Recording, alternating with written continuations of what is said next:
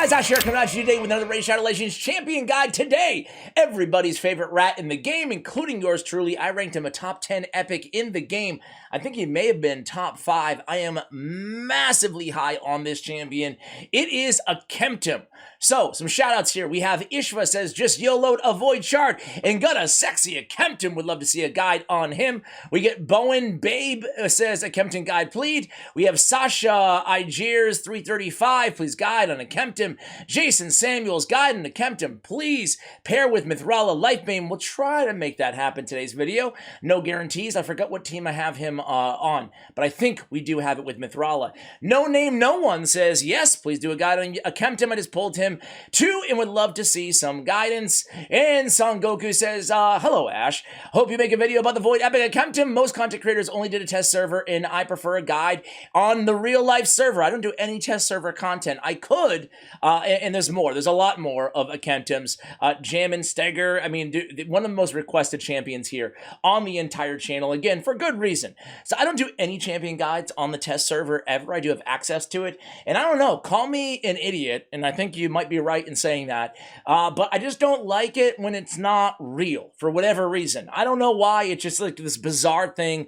If you notice, I've never put out a test server video on my main channel or on this channel. I like to actually have the real thing and try them out for a few days, not just getting a few hours with the champion and then throwing up a guide. Again, I want to be very clear, nothing against any content creators who utilize the test server, because I think that type of format suits a lot of people who might just be more educated on the game than I, right? They might be able to just pick up exactly how these champions can be used, but I'd like a few days or even weeks to really get a feel for these champions. So Akemtum, an epic Void Affinity Skinwalker champion. What does this dude do? He has a triple hit on the Noxious Claw A1 ability. Attack one enemy 3 times.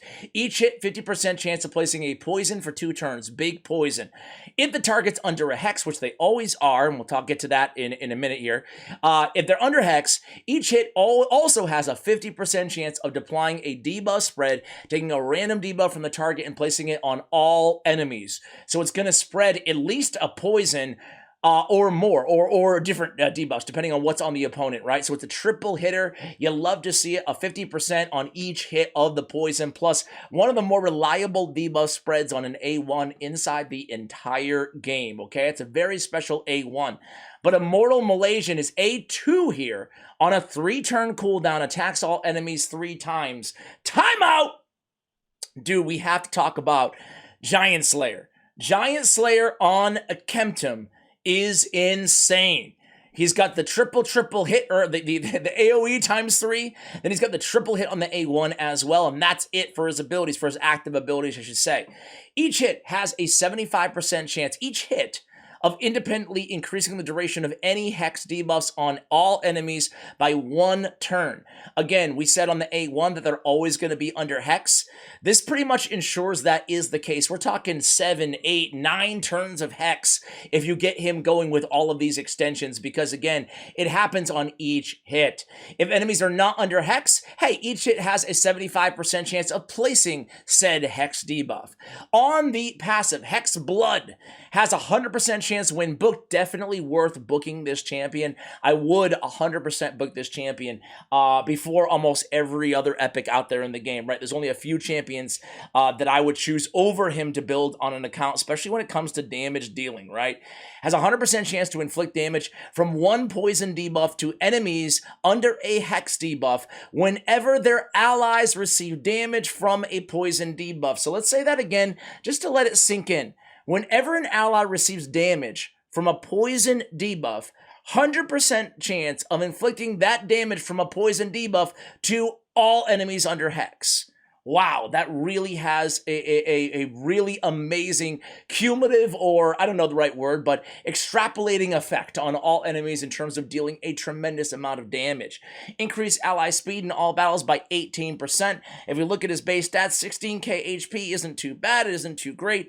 1354, again, it's average for an attack-based champion. He is an attack-based champion, by the way. And then 881, it's below average on defense. 98 speed, I would say, is average for an epic champion, so it doesn't jump off the page at you as being like, whoa, this guy's amazing. But trust me, he is. Let me show you how I have him built. There's no lore on Akemtum. Actually, before I show you how I have him built, I'm going to show you the multipliers. A 1.1 on the A1, which is actually really good because it's a triple hitter. Again, a 1 on the A2, again, it's pretty good because it's a triple hitter. You guys get the point there, right? So let me go ahead and pull them up. I want to start with an important note on blessings, right? This is one that is not going to apply to you until it applies to you, right? And that is, why don't I just go recently use first, Ash? Come on, man. This is super important. I found this out, like, I'm embarrassed to say that it took me a while to find this out on terms of blessings, right? But check this out, guys. Crushing Rend, right? If you ever get a 6-star blessing on a damage dealer, right? You almost, even on legendaries, to me, I haven't found a scenario, even with legendary champions, that if you get lucky with a 6-star blessing, that Crushing Rend is not going to be your best option, I guess, in any PvE area of the game. So basically, it changes to, you can see each hit will ignore a percentage of target's defense based on the level of the target, okay? In the first hit, we'll ignore, who cares, the first hit, whatever. I mean, semi-useful in the arena, I guess. The first 2 hits at 5-star, but then at 6-star, there's this massive leap where it goes, the first 2 hits of each round will ignore a percentage of target's defense, to 6-star, every hit, the entire round, all of a sudden, like, what a big leap. What a big leap. They go from 2 hits to every hit. Every hit will ignore a percentage of the target's defense, will ignore 1% defense for every 10 levels. And some of these mobs are like level 350, 400, whatever, you know? It's incredible. I just want to go ahead and paint this picture for you. I'm probably going to make a whole video about this tomorrow on my main channel. I'll probably just make it like 5 minutes long, but the reason I learned about this, guys, and I say learned, it sounds like kind of dumb that way, but like, because some of you might already know that, but you learn something new in this game every day, and I've never been ashamed as a content creator to say when I don't know stuff or when I learn new stuff, right? Cupidus, I pulled a 6-star blessing on a shard opening video that's going to go live in a day or two on my main channel, and I kind of like intuitively, I put him in Brimstone, right? And I wasn't too happy with the damage after the Brimstone nerf, right? So I decided, you know what? I'm just going to try out Cruelty.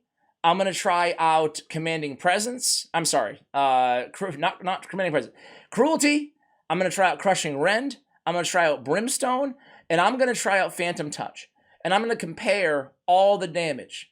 And let me tell you, at 6 stars, again, this is not going to pertain to a lot of you guys. Sorry for the big, long tangent, but this is essentially the video I'm going to upload, so you can skip it on the main channel, right?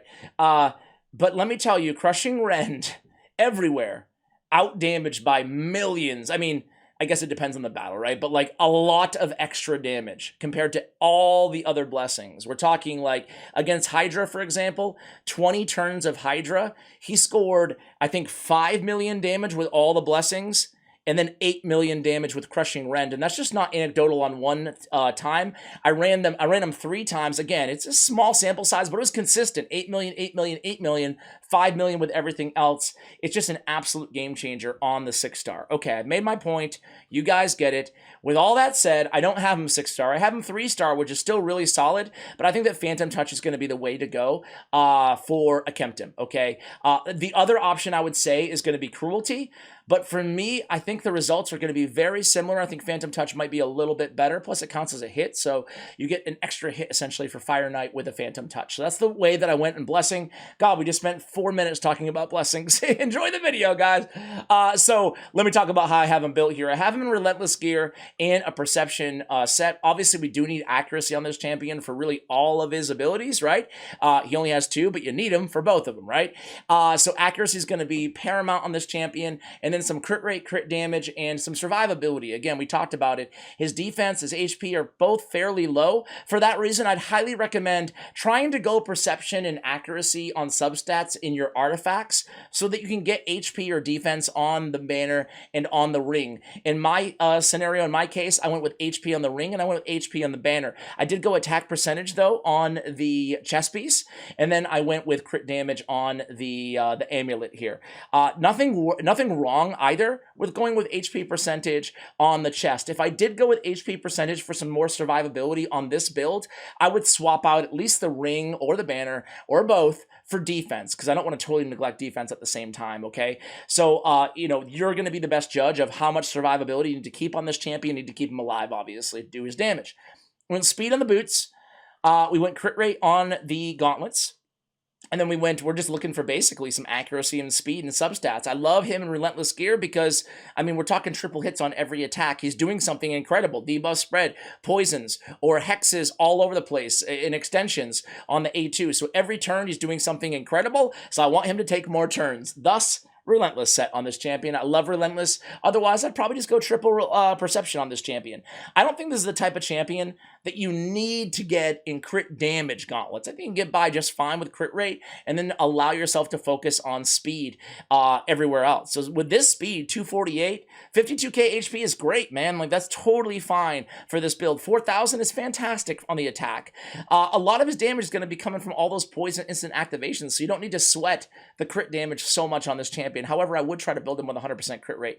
248 on the speed. Again, there is no too fast on this champion. Just build him as fast as you possibly can without neglecting your accuracy. 324 is going to be great for wherever I use this champion, which is primarily Spider Hard 10 is my main team with this champion, but you can run him in Fire Knight because of his triple hits. You can run him in Hydra. He's a beast in Hydra. You need Hex anyway, or at least it's incredibly useful. I really love this champion. Let me just see where Hades ranks him here, the best in the game. So, Hydra, 4.5 stars. Clan Boss, 5 stars. A Doom Tower, 4.5 stars. Well, you guys can see Ice Golem and Dragon. Fire Knight, to me, it should be an easy 5-star. Like, he's one of my favorite Fire Knight epics inside the entire game. Right up there with, Ruella. Spider, to me, he's a 5, So I guess I respectfully disagree with some of these ratings here. I think he's one of the better Spider dudes, too. I'm going to show you my Spider team to put my money where my mouth is, especially Spider Hard. I guess it does. I should add that caveat. But I guess you could use them in other stages as well, but we'll get to that. For masteries, guys, as I mentioned, the most important mastery on this champion by far is going to be Giant Slayer. Again, you're going to get so much extra damage vis-a-vis these Giant Slayer procs. Normally we say, in case there's any new viewers tuning in, we say that if they have a triple hitter on their A1, like more than 2 hits on their first ability, we tend to go Giant Slayer. There's also exceptions to every rule. So some champions, they might have an incredible multi-hit passive, or I think a more apt a champion would be like somebody who has like a 2-time hitter on their A1, but a 4-time hitter on their A2.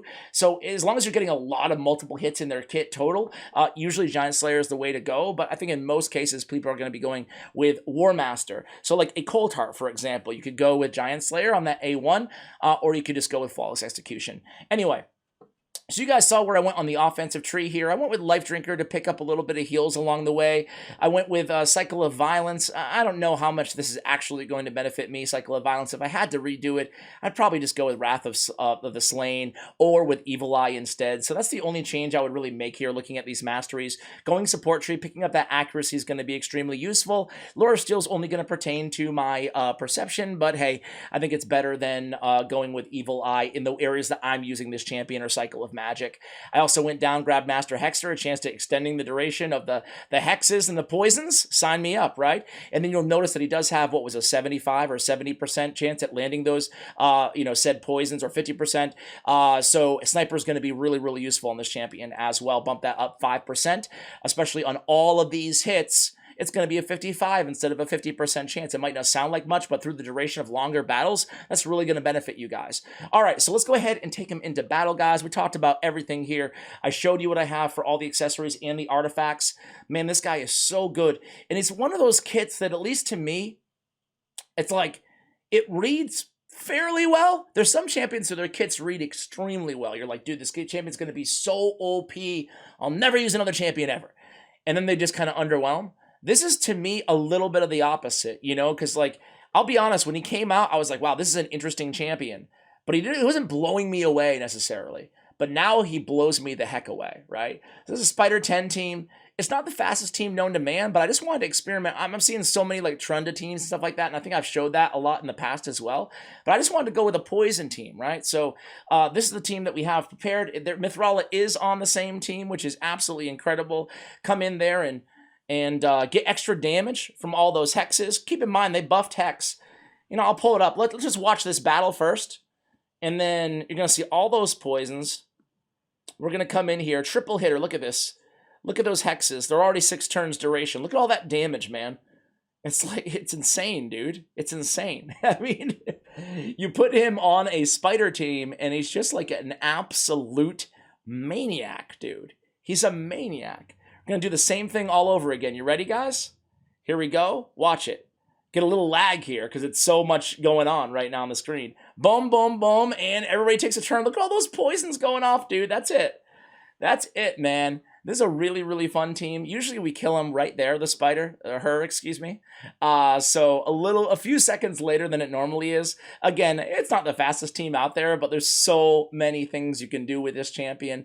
I run him in Fire Knight 25 as well, right? I run him just because of his triple hitter and just doing all that damage as well. He puts out 4.6 million damage, out-damaging Battle Khazar, Tomb Lord. Just what an incredible champion, guys. I love Akemtum, man. He is, you can slot him on really any team too. You know how oftentimes you build a team, you have like your reviver, your DPS, your debuffer, maybe your healer, your support champion. 1 second, gotta get this. All right, guys, sorry about that. We had a Home Depot call. I bought a lawnmower, right? Bought a new lawnmower, and they delivered it, and they forgot the operating manual. They forgot the key, so now I have to schedule another delivery to get that delivered. And I forgot what I was saying. I lost track. But basically, Akemtum's a beast. I called him a rat. Is he a cat or a rat? Anyway, he's got 2 eyeballs over here, but he's got 3 over here. He's got 3 on the back. Man, I love this guy. He looks so cool. Look at the Wolverine claws going on as well. Really, really cool champion, guys. I hope you enjoyed this guide. I hope it helped some of you guys out. Again, getting so many guide requests for Akemtum. Let me know if you want to see me use him in another area. Maybe I'll make a follow-up guide on a champion like this who a lot of people wanted to see more of and see more of the possibilities. Guys, thanks so much for watching until the end of the video. And as always, take care, guys.